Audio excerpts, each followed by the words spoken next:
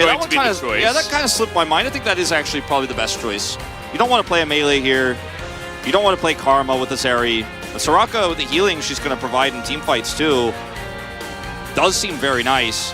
As Kingen in this composition doesn't want to play a hard tank, wants to play an engaged champion to help set up for the Akali, help set up for this Viego.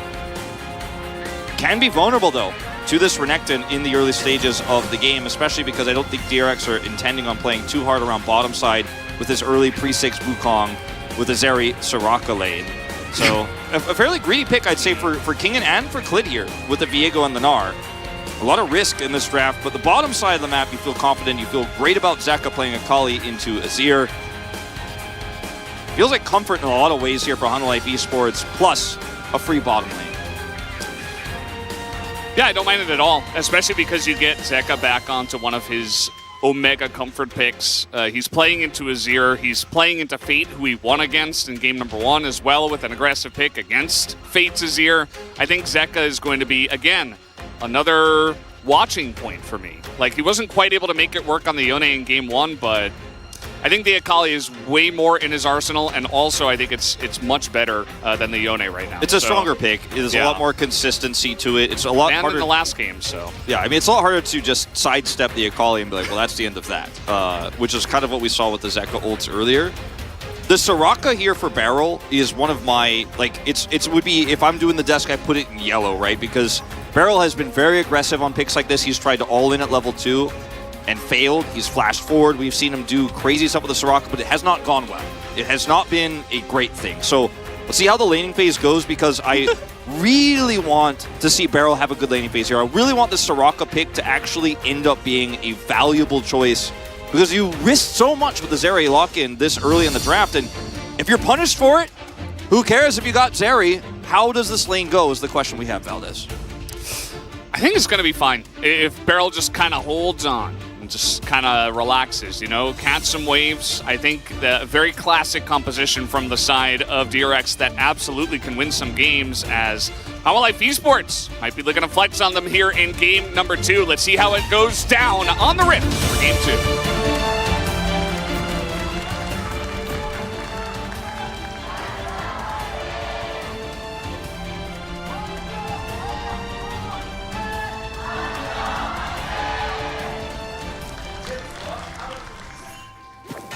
Here we go. This is the level 1 with Heimer. You're always looking to try to set up your turrets early, and both sides know about this. Life and Viper trying to get in position to do it. Duckdown and Beryl in position to try to stop it. Yeah, it's very annoying with an Akali too, and potentially a Viego down there to actually fight this, but they do clear them pretty well.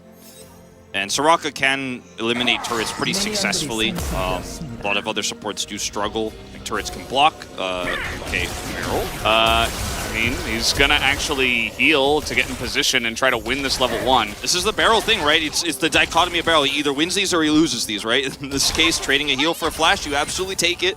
Pushes forward aggressively, using his autos here very nicely. Also, you know, Life's just really aggressively trying to set up position in this lane and trying to win this level 1 trade. It's so important in the bottom lane nowadays to win level 1 and level 2, but especially with the Heimerdinger wanting to try to grab control very early on, and they are not quite able to do that. Well, at least not at the outset here, as Beryl's trading aggressively. He does have Ares, so he's trying to proc that repeatedly, but these are not necessarily trades you want.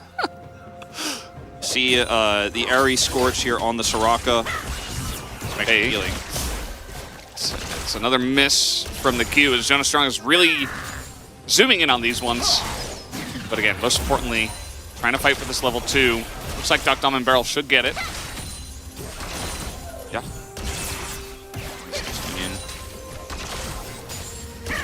There it is.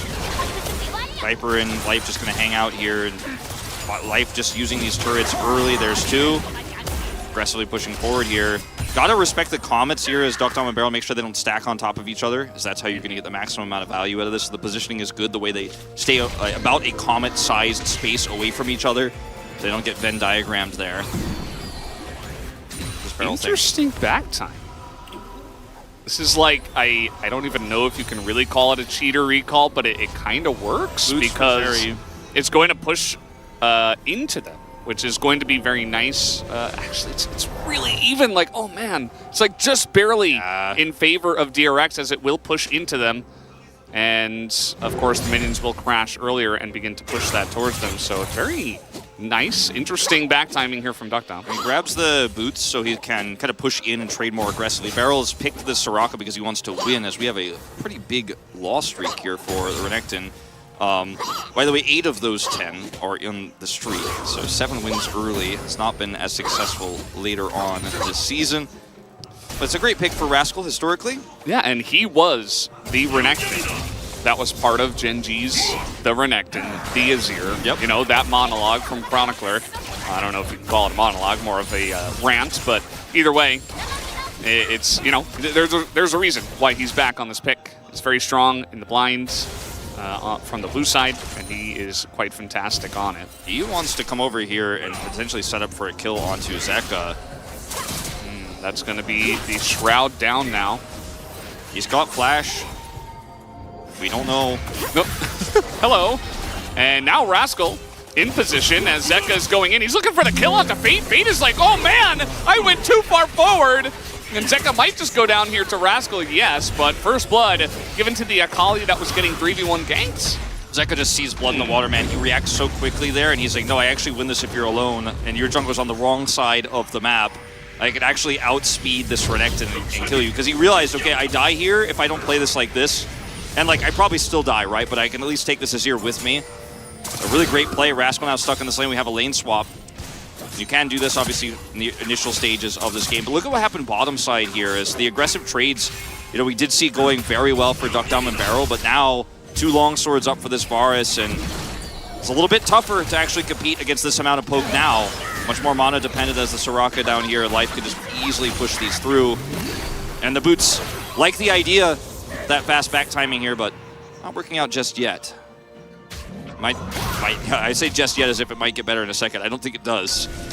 Well, especially if they see the enemy jungler on the top side. And Humble Life Esports did. It looks like they were trying to potentially set up for a play on the bottom side, but instead, Clid's just going to go for an extremely early dragon with all this priority on the bottom side.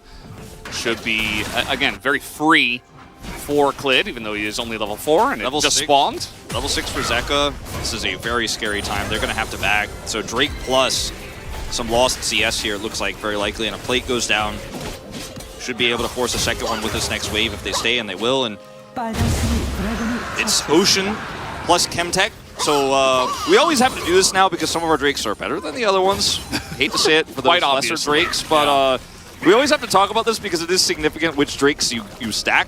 Because individually these Drakes are actually quite nice, but maybe Chemtech not so much for this comp, better for Beryl in this case, but still going to get some value out of these, but having that soul point is so much more threatening when it could be a mountain or an infernal soul coming up here. Hextech soul, which we've seen so much. Yeah, Hextech going to be huge for both sides if it does end up being that.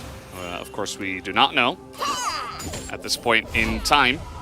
And the early Ocean as well, going to be very good for the laning phase at least, as here is Zeka. Backflip onto Fate, just comes in here and blows him up. Has to flash for it. And, you know, Clid is like, I can't stop Croco from killing you if they actually commit the Renekton. And he actually just realizes, I've got this backflip, I'm going for it.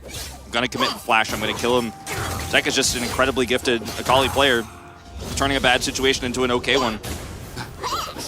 Some minions here. Rascal's trying to threaten, but Meganar coming up, so he's just going to back away after taking a little bit of a beating. Win for, okay, speaking of going for it, in goes Zeka, as he is not going to be able to avoid the Emperor's Divide. He's not quite able to overlay enough damage to put Fate in a kill range. Very aggressive plays here from Zeka, but he's got this counter pick, wants to utilize it well, has the early Hextech alternator. It's Meganar going to time out. Rascal looking for some aggressive trading, but Clid is up here. Always keeping an eye on that one. You know, is Clid going to come up here and actually turn this one around? Because the Renekton in the early game, obviously with the range advantage that Gnar has, he falls behind can be very disastrous with these hyper procs. Rascal gets hit twice, walks away, avoids that hyper. Speaking of, now Croco has 6, so he can actually be a champion on the bottom side of the map. Barrel is extremely low. They bait this one in as Barrel will die. Probably not part of the plan, but this could be turned around as Krocko is here. He is going to Cyclone onto Viper. Tons of damage already as he gets onto life. That will be the 1 kill, although Viper is doing a good job of trading this one back. Krocko tries to trade it himself, but he's on top of Viper, and Viper will just take him down. This is real. Oh! The cleanse 6 and the arrow. He will be forced to flash. 6 hits, and he's able to get a flash and a cleanse. Viper just dunking on them. And he knows he has the advantage, and this is without even a really great turret setup. Viper's just like, no, I'm going to do this, actually. Doesn't flash, doesn't need to. The Duckdom's staying. Duckdom's staying here, losing minions. Really unfortunate scenario there. I want to watch it again to see what happens with Barrel there, because he steps too far forward, takes too much damage. And that means free Rift Herald, by the way, for the side of Hanwha Life Esports. So things are going much better for them as a team in game number 2. I think the Zeri Soraka lane is barrel cooking again, and like it was a good pick considering the picks available, but you always knew this lane was going to be a rough time, and even with Wukong hitting 6, the reaction is good.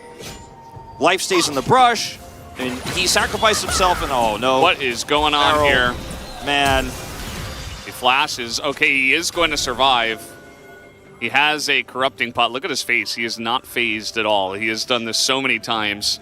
He's trying to clear vision alone, and he's running into control wards, and you can't really do that against a Heimerdinger. Life wants the W snipe, but not going to get it. Yeah, I mean, trying to clear like this when you're a Soraka into massive damage on this Heimerdinger, gonna be a rough time. He's got a Blasting Wand. You have to be careful with moments like that, because now you're desynced with your laner. So this affects Duckdom, who now is going to lose some CS here. This turret is gone, I think. Zekka's out of the lane. Yeah, Lid has Rift Herald. Like, this is just gone at 10 minutes into the game. Zekka is just making sure nobody rotates down. The question is, do they commit the Herald to taking it? I think that's going to be the fastest, most efficient way, and they will. Could have just looked for a dive here, but it's going to force more resources. So Krocko's like, oh, I want to be down here, I want to shadow this, I want to try to help. I'm just going to take red buff, and you guys are going to let that turret go. Zekka's got control of mid. Cole bot here for Kingen, stacking it up. He's fine. 10 CS up on the top side of the map. They're pushing for more. Yeah, they are pushing pretty deep into this jungle as Clid moves forward, clears vision, puts a control ward, and they're not leaving. Yeah, like, who can stop them? Will continue. Krocko has flash and ult. Well, they have enough damage. They have Chains of Corruption, Life, and Viper, both holding flashes right now. Who stops them? No one stops this train. Here comes Zekka. He's like, well, the bottom lane's playing too safe. Maybe I can look top. Nope, not He's like, happen. we're winning. I'm winning my lane. I can't do anything else here. Bottom doesn't need my help. Maybe I'll just go top side, make something happen. This game is too easy. It's a freebie. He's like, how can I get my team further ahead? Where am I at? Hanwha Life Esports are 3,000 gold ahead. We're going to take another look here at the bottom trade. They're all just walking up to that one. And Krocko's down here. You feel like, okay, we have this Wukong. He has flash. Maybe he can come in with my timing of going forward here, but he's just too far away. Life sacrificed himself here. Turret damage here, stacking up really hard. And this is why you can't do this very easily as Wukong into the Heimerdinger. Pre-6, absolutely no way. At 6, still very difficult. Yeah, and the wave was in an atrocious spot for DRX's bottom lane, right? There were so many minions as well. So there's minions, there's turrets, there's all of this stuff, and Wukong alone can't do it because Duckdom can't get in, right? So it's like a 1v2 essentially, and yeah, he got the kill onto Life, but it was also a double kill to Viper, who now has Swifties and Yomus, and now just picked up his tier. So it's going to be an extremely accelerated lethality Varus in this game. And we've seen how lethality Varuses can take over and essentially just make the game yours. Viper has been one of the best at this. Even in losses, he's done such a great job in the early mid of taking these advantages in lane and pushing them elsewhere on the map and around mid-game objectives, where Hanwha Life Esports do already have that 2-Drake stack to Mountain Soul. We talked about how it was going to be a good one. It is. Very important that DRX does not get this, of course, against Lethality, Varus, and the Akali. Zekka knows. I don't know how he really knows, but they don't have any wards. There's really great denial ward coverage from the side of DRX on the top side, but Zekka's like, no, you're cooking up something. Like, I'm not going in on this. This is just unbelievable. Like, what are you going to do? As Beryl might just die, he has to use the wish, and yeah, well. I think Zeka knows because his mid lane, or the mid lane is being pushed so hard and Krako isn't showing to defend, so he's like, well, if he's not actually stopping the Varus push, he must be up here, and I'm just not going to take the chance. I'm not going to take the risk. While my team is winning elsewhere, I'm just going to be safe. And then when the resources are committed mid, or from the jungler rather, mid push gets stronger.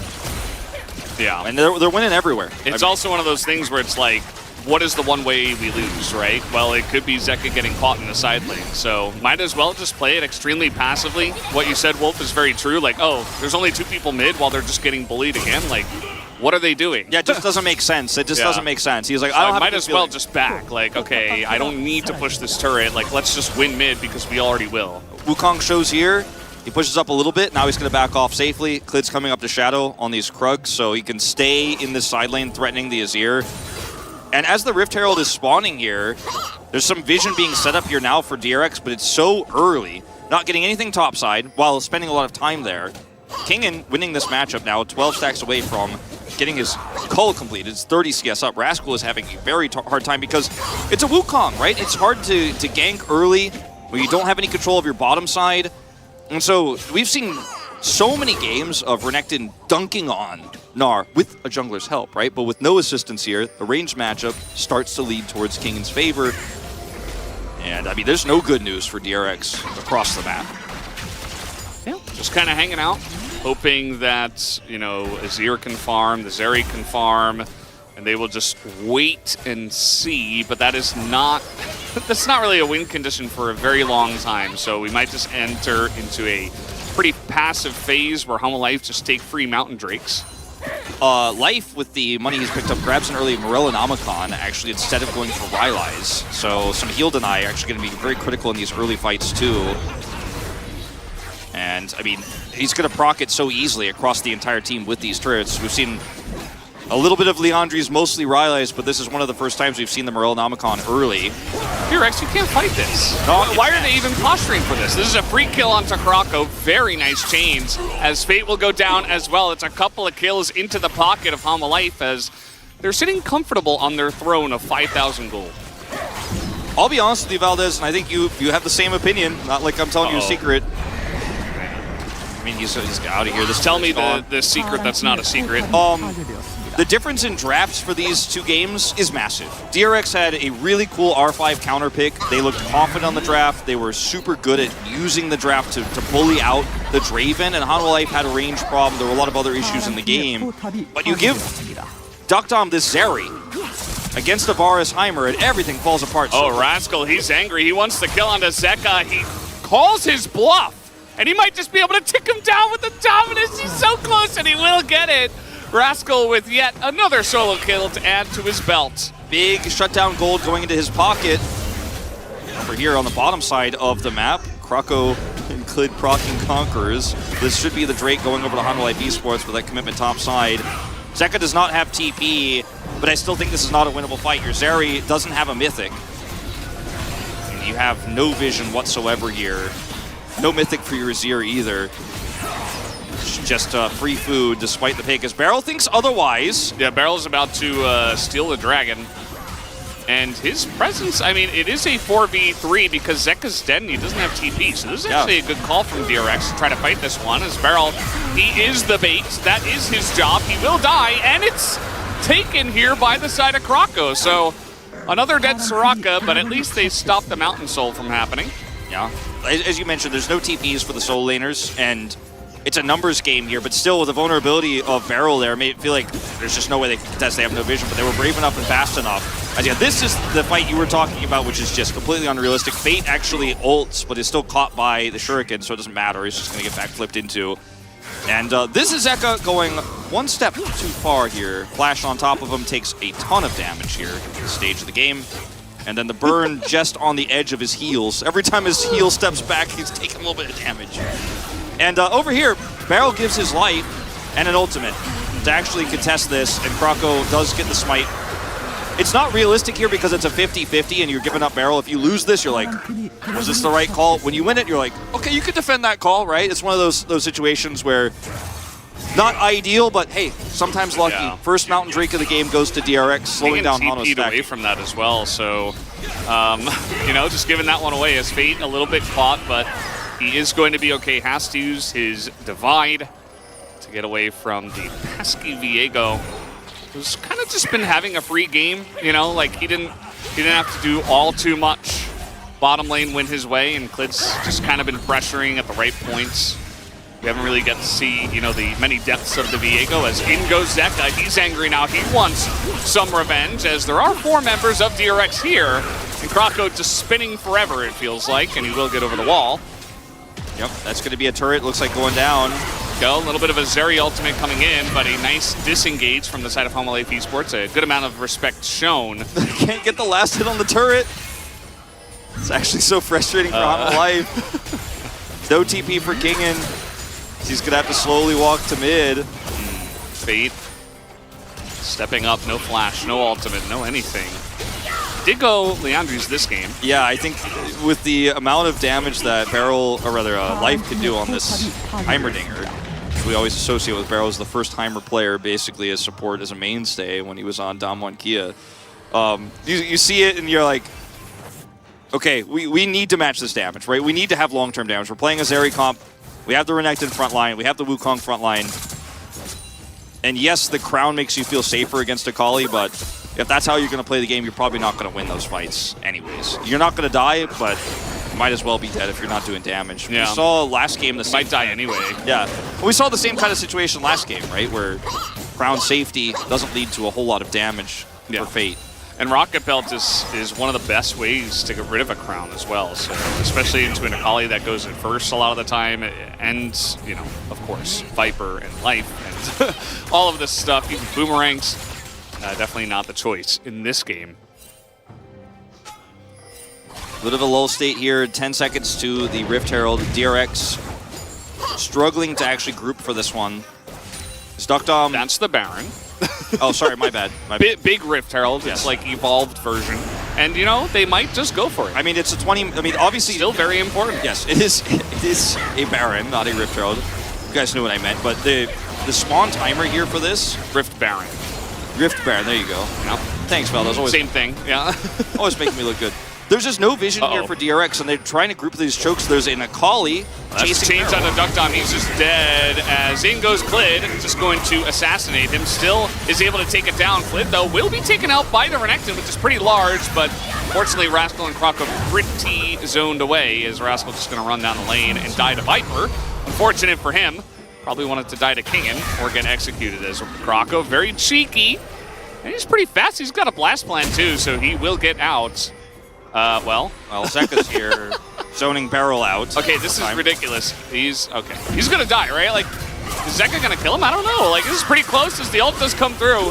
And Zeka now is looking for the kill onto Barrel, who unfortunately puts his body in the way as well. This composition for DRX is falling apart like a house of cards. Homolife Esports have vision control. They have the choke set up. They have a flanking Akali who's competing with the Soraka. And all of that pick potential that you mentioned in the beginning of the play-by-play is there. And that starts off the fight, right? As you have no vision. You have no idea. You're walking up like this as a Zeri, you're going to get punished. This whole comp falls apart. Look at where Fate is right now. He's not able to come in here and assist his team, not able to set an ult, and Krako does survive here for quite some time, but now you're on the wrong side of the rift. Where are you going? Where are you going? And this is basically, this entire fight happens without an Akali. Like, Zeka's not even here. He's chasing Barrel down. There's no Azir. Then he comes over and locks Krako down. It's just hopeless at this stage, it feels like, in this game. Dodges the Azir ult, gets over the wall. Yeah. Silence from Barrel, a heroic attempt. Well. That's Baron at 20. Yeah, soul points will go to Homolife Esports. I mean, Krako could try to steal it. He might look for it. He does not have vision, but he is trying to get over there as he is in the pit. He's almost able to steal that away, but he is now dead.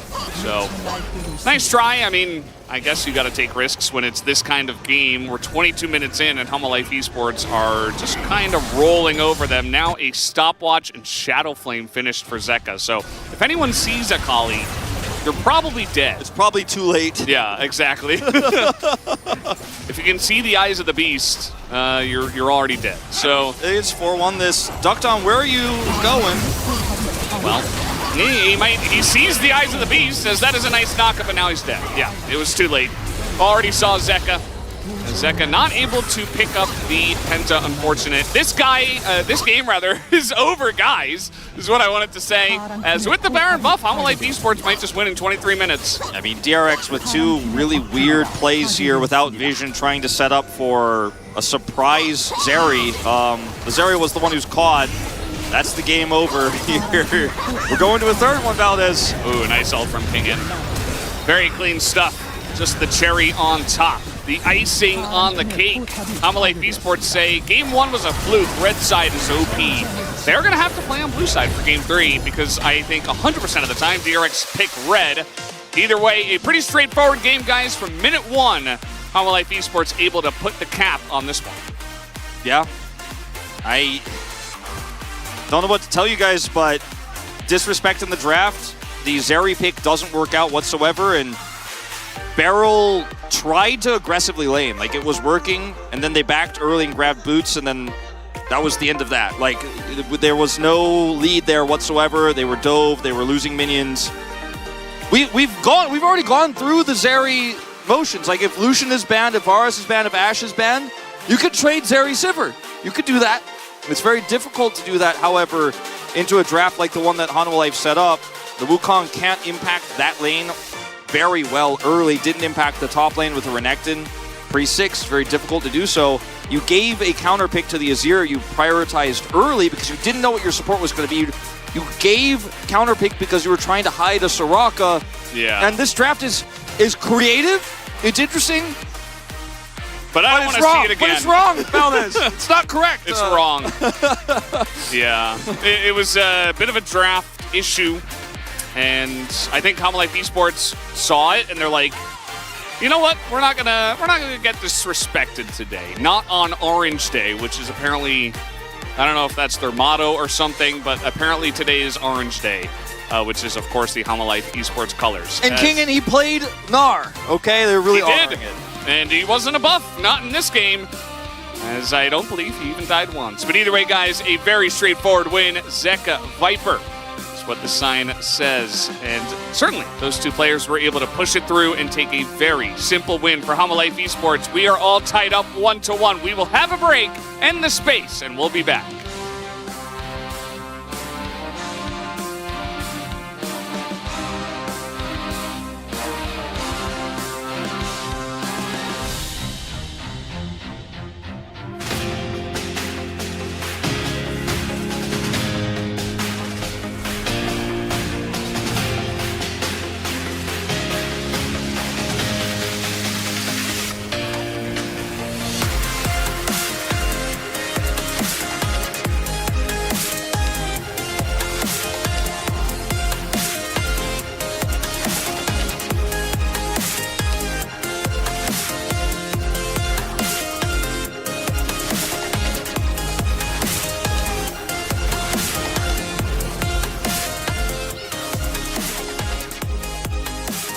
살짝 볼게. 바텀 다음 웨이브 간다. 이어포. 펼치면서 미드 나왔어. 얘네 내가 스턴 준비할게. 자, 아들. 네, 나 연계돼. 바텀 밀게. 내가 몸이다. 바텀 밀게 이거. 잡았어. 잡았어. 가져왔네. 끝날래 그냥? 끝내자. 끝나기 약간 애매했어. 아, 끝내. 미드로 가면 끝낼만해. 미드 가자. 미드 다 같이 가자. 20초인데 이거. 웨이브 3개. 다음 웨이브 어쩌? 탑바텀 라인 끌지 말고 미드 라인만 끌고 그냥 노플이야, 위에 노플. 거부터 위에 거부터. 라인 조금 애매해. 하나만 캐봐 일단. 다음 웨이브와 다음 웨이브 다 갈 거야 아마. 미터는 깨놓자. 위타만 해봐. 위에 거 해봐. 살짝 봐봐봐. 선 연계된다. 얘 진짜인데? 끝내. 다음 경기 잘하자. 그래. 나 일단 일단. 공풀 데리고 오면 공풀 볼. 잡고 싶으면 들어가. 네네. 오케이. 다음 경기 잘하자. 됐다. 다음 경기 잘하자.